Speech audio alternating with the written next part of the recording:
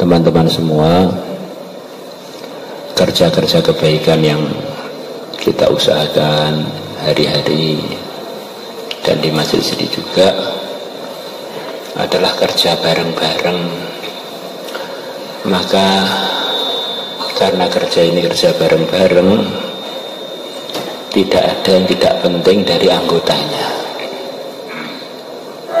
Yang depan, yang belakang, yang tengah, yang pinggir, yang pojokan, semuanya ini bagian dari kerja.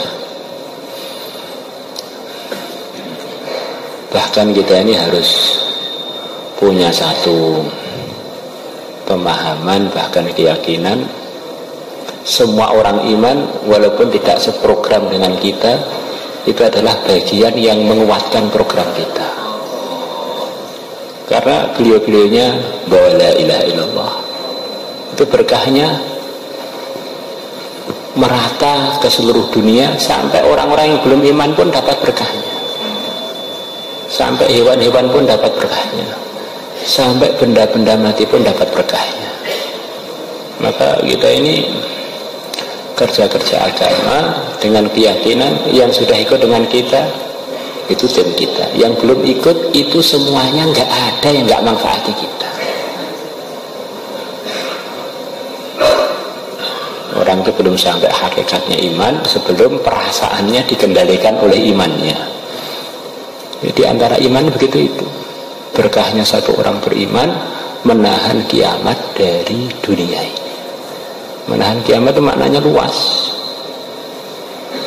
Ada orang makan, orang minum, orang bangun rumah, orang menikah, hewan-hewan masih hidup, gunung-gunung masih ada, lautan masih bisa dipakai, semuanya gara-gara berkahnya satu orang yang beriman.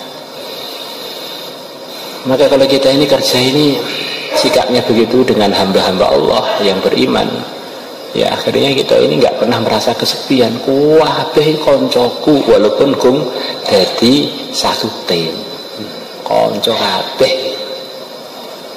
Tidak sulit cari rute, itu nggak sulit karena semuanya kita yakini sebagai teman, bukan kita anggap, kita yakini sebagai teman.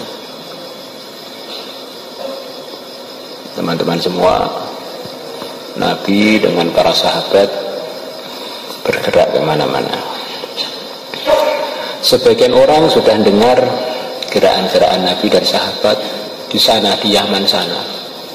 Jauh dia ingin banget untuk ketemu Nabi, tapi nggak sempat. Sebelum sempat ketemu Nabi, dia ini sudah wafat. Ya, Rasulullah SAW sudah wafat. Tapi sebelum itu sudah ada rombongan-rombongan sahabat yang sampai ke daerah Yaman sana. Rombongannya Sayyidina Ali, Mu'adz bin Jabal. Maka ada satu rombongan dari kampungnya orang tersebut. Yang orang itu di kampung dianggap ya orang biasa lah, orang soleh, tapi agak aneh. Jarang kumpul dengan temannya, sibuk ngembala kambing dan sibuk merawat ibunya yang sudah tua. Sampai banyak orang di kampungnya itu nganggap dia ini orang yang kurang waras. Maka rombongan dari kampungnya datang kepada yang mulia Nabi besar Muhammad Sallallahu Alaihi Wasallam. Sudah pas ditanya, kalian dari mana? Dari Yaman. Yaman dari mana? Dari daerah Al-Qaron. Ya. Mereka ketemu Nabi, beriman dengan Nabi, jadi sahabatnya Nabi karena ketemu dengan Nabi. Setelah pas selesai majlis, sebelum mereka pulang, Nabi bertanya, kenalkah kalian dengan orang di kampung kalian yang bernama Uwais? Maka saat rombongan itu kaget semua. Rasulullah kok bisa kenal dengan Uwais? Kenal ya Rasulullah. Gimana dia? Alhamdulillah ada, sibuk dengan kambingnya dan sibuk dengan ibunya. Maka Nabi mengatakan kurang lebihnya, sampaikan salamku kepada dia. Ketahuilah bahwa Uwais itu yang di kampung kamu itu nanti pada hari kiamat akan diizinkan oleh Allah untuk mensyafaati orang yang begitu banyak, sebanyak kabilah ini dan ini, kabilah yang begitu besar waktu itu. Dalam riwayat yang lain, dalam hadis riwayat Muslim, Nabi bersabda, khairut tabi'ina rajulun yuqalu lahu Uwais. Sebaik-baiknya tabi'in adalah seorang laki-laki yang dipanggil dengan nama Uwais.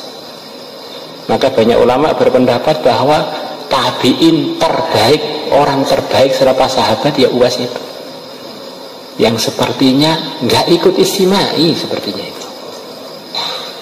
Orang-orang sudah berangkat ke Madinah ketemu Nabi itu, dia sibuk dengan, karena tanggung jawab ibunya dan tanggung jawab kambingnya itu.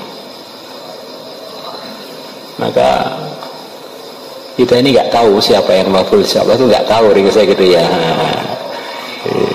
Maka kita ini dengan orang iman husnudzon semuanya. Di samping itu posisi kita itu nggak ada yang nggak penting. Siapa tahu yang bagian atas randal malah serandalnya duluan ke surga.